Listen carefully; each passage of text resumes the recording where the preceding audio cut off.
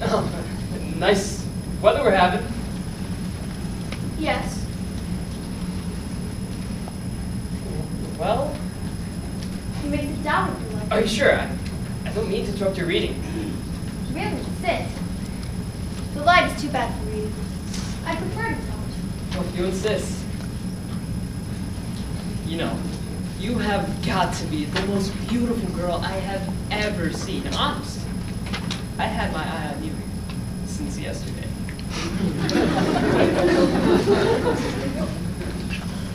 Yesterday? Didn't know someone was amazed by those pretty eyes of yours, did ya, babe? Whoever you are, you must remember that I am a lady. I will excuse the remark you just made because the mistake was, doubtless, not an unnatural one. In your circle, I asked you to sit down. If the invitation must constitute me your babe, consider withdrawing. I'm sorry. I'm sorry. I didn't mean to offend you. I just thought, well, there are girls in parks, you know, but then again, you don't know. Abandon the subject. Of course I know. Right.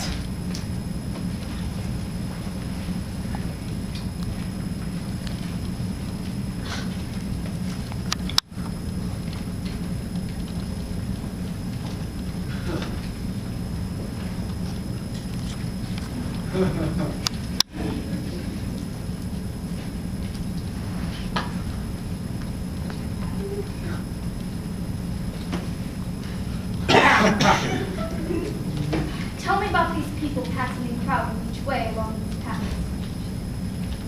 Where are they going? Why do they hurt so? Are they happy? It is quite fascinating to watch them, isn't it? The wonderful drama of life. Some are going to dinner, and some to other places. One can't help but wonder what their histories are. Yes. How fascinating it is to me, rushing about with their petty little dreams and their common worries. I come here to sit because here, only, can they be near the great, common, throbbing part of humanity. My part of life is passed with feedingness of itself. These whom I spoke to, Mr. Parkenstacker. And yours? No! You would recognize it immediately. It is simply impossible to keep my name out of the papers, or even my picture. The scarf and these glasses, my maids, of course, are my only protection. They gave me the skies. You should have seen the chauffeur staring when he thought I did not see. Honestly, there are 5 or 6 names that belong in the holy of holies, and mine, by accident of birth, is one of them. I spoke to you, Mr. Steakenpot.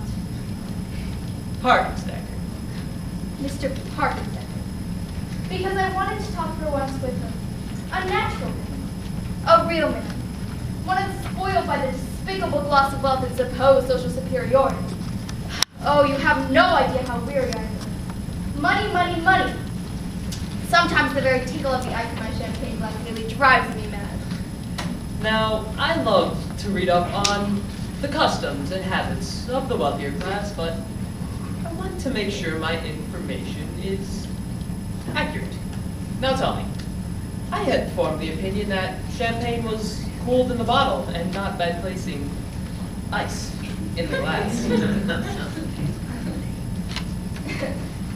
You must understand that we of the non-useful class depend on our amusement from the north. Just now it is a fact, but ice and champagne. The idea was originated by a visiting Prince of Tatari while dining at the Waldorf. It will soon give away to some other wind. Just as at a dinner party this week on Madison Avenue, Greek kid glove was laid by the place guest to be put on and use while eating olives. I see. These special diversions of the inner circle do not become familiar to the common public, of course. Oh, of course. It's all quite fascinating. I've always wanted to participate in or witness firsthand the rituals of the elite. We are drawn to that which we do not understand. I guess that's true. For my part, I've always thought that if I should ever love a man, it'd be one of lowly station. One who is a worker and not a drone. But doubtless, the claims of caste prove stronger than my inclination. Just now, I'm being harassed by two suitors. One, the Grand Duke of a German principality. I think he has had a wife somewhere, driven mad by his drunkenness and cruelty. The other, an English marquis, so cold and mean that I prefer even the diabolical nature of the Duke. What is it that has compelled me to tell you these things, Mr. Bacon Whacker? Parkenstack. Of course. I don't know why you would bare your soul to such a common man like me, but you have no idea how much I appreciate your confidences. What is your line of business, if you don't mind me asking? A very humble one, but I hope to rise in the world one day. You have aspirations. Of course, there's so much I want to do. I admire your enthusiasm. I myself have very little to be enthused about, burdened as I am by the constant pleasures and diversions of my class. Did you really mean it? Before, when you said you could love a man of a lowly station? Indeed I did, but I said might. Well, why only might? Well, there is the Grand Duke and Marquis to think of, you know. Yeah, I know, but you said it yourself. They're so cold. You must understand when I say there are certain expectations of me. It'd be such a disappointment to certain members of my family if I were to marry a common, as we like to call it. You have no idea the scandal it would cause. The magazines would remark upon it. I might even be cut off from the family fortune. And yet, no job could be too lowly if the man I love were all I wanted to be. Well, I work at a restaurant.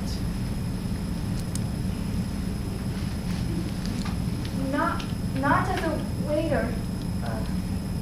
Waiter is noble, you know, but personal attendants, valets, and... No, not as a waiter, but as a cashier in that restaurant over there. That one there. Yes. That one. Yes, that one. Are you sure?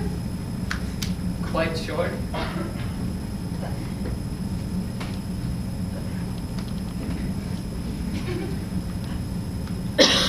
Oh, what is it? What's wrong?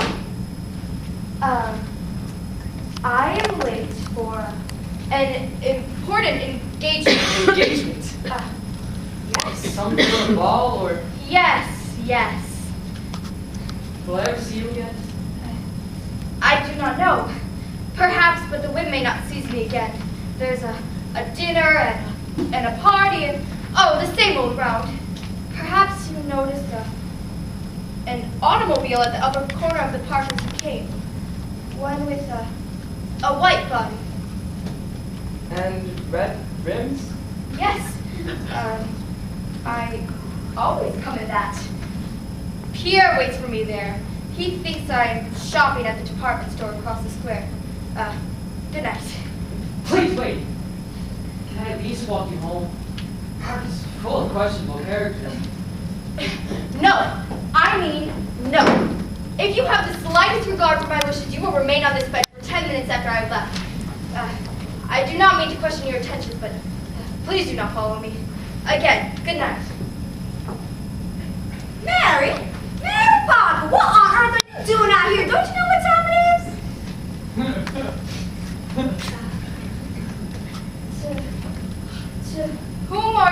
speaking, madam? To who am I? To you? Who do you think I'm speaking to? then I'm sure I don't know what you're talking about. Your shift started 15 minutes ago. This is the third time this month you've been late. Mr. Willis was in a rage. Out there, it's beautiful. Cut you loose for good. Go on now. I know you can't afford this my paycheck. You must have me confused with someone else. Why, Mary Bob, we know each other for 3 years. We swap shifts. Have you been drinking? Where have you been wearing? Well, I'm sorry, Mr. Pork and Blogger.